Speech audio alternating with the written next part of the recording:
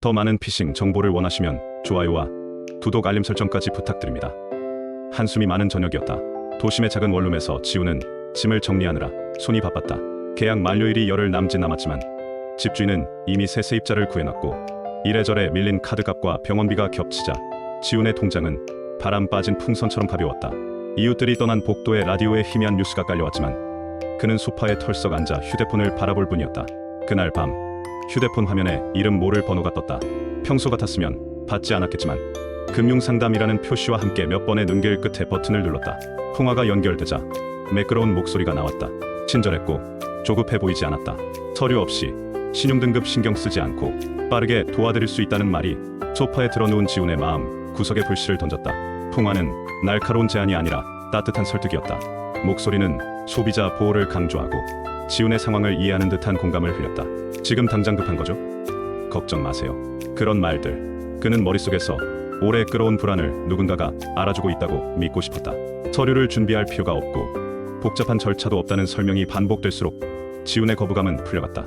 며칠 뒤 계좌에 입금된 돈을 확인한 지훈은 안도의 숨을 내쉬었다. 빚을 갚고 적어도 이번 달은 편히 지낼 수 있겠다고 생각했다. 하지만 안도감은 오래가지 않았다. 다음 통화에서 목소리는 냉정해졌다. 서비스 이용료라며 소액을 선결제하라는 요구가 이어졌다. 어쩐지 이상했지만 이미 받은 돈을 떠올리며 지훈은 다시 송금했다. 그때마다 누군가는 친절하게 다독였고 문제는 곧 해결될 것이라 약속했다.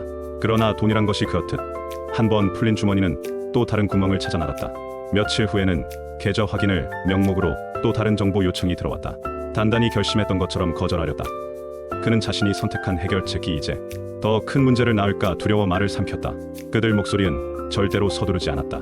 기다림과 안심을 번갈아주며 지훈을 점점 더 그물 속으로 끌어들였다. 소문처럼 퍼지는 건 결국 실수 한 번에서였다.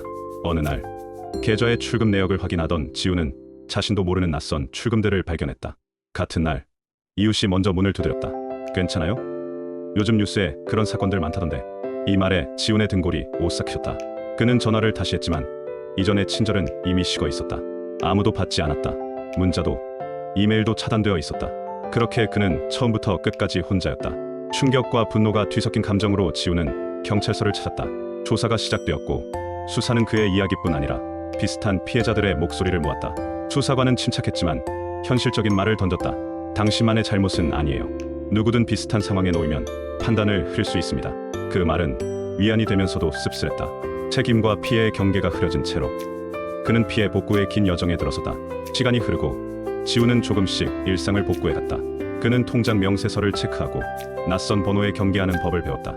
친구들과 가족의 작은 보살핌이 큰 버팀목이 되었다.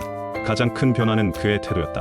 한순간의 절망과 선택이 어떻게 삶의 궤도를 바꾸는지를 깨달았고 그로 인해 그는 다시는 쉽고 빠른 해결책에 몸을 맡기지 않겠다고 다짐했다. 그 사건 이후 지훈은 작은 글을 쓰기 시작했다. 피해 경험을 익명으로 공유하는 블로그였고 같은 실수를 반복하지 않기 위한 경계와 팁을 감정에 섞어 써 내려갔다.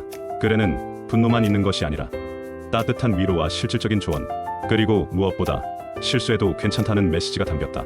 그의 글을 읽은 몇몇 사람들은 댓글로 감사 인사를 보냈고 어느새 그 블로그는 피해자들이 서로 정보를 나누는 공간이 되었다. 어느 날 블로그에 한 편의 편지가 도착했다. 그도 피해자였던 한 중년의 여성이었다. 그녀는 자신의 이야기를 적어 내려갔고 지훈의 글을 통해 처음으로 스스로를 탓하는 마음을 덜 수 있었다고 했다. 그러자 지훈은 문득 깨달았다. 피해는 개인의 불명예가 아니라 사회적 문제라는 사실을. 그의 이야기는 단순한 개인의 아픔이 아니라 공동체의 경계를 강화하는 작은 불씨가 될 수 있었다. 결말은 화려하지 않다. 완전한 복구는 이루어지지 않았고 상처가 아문다고 말할 수는 없었다.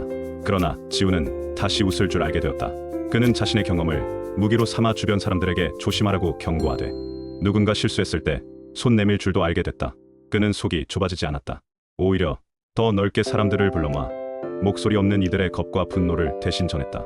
어느 가을 저녁 지훈은 창가에 앉아 비스듬히 떨어지는 단풍을 바라보았다. 잎사귀는 불안과 상실을 겹겹이 쌓은 뒤에야 색을 드러낸다. 그의 삶도 그렇다. 한 번의 어두움이 있었지만 그 어둠은 결국 작은 등불들을 모아 새로운 길을 만들었다. 쉬운 해결을 약속하던 목소리는 이제 기억 속에서 늘 경계해야 할 경적처럼 울렸다. 하지만 그 소리는 더 이상 그를 홀로 두지 않았다.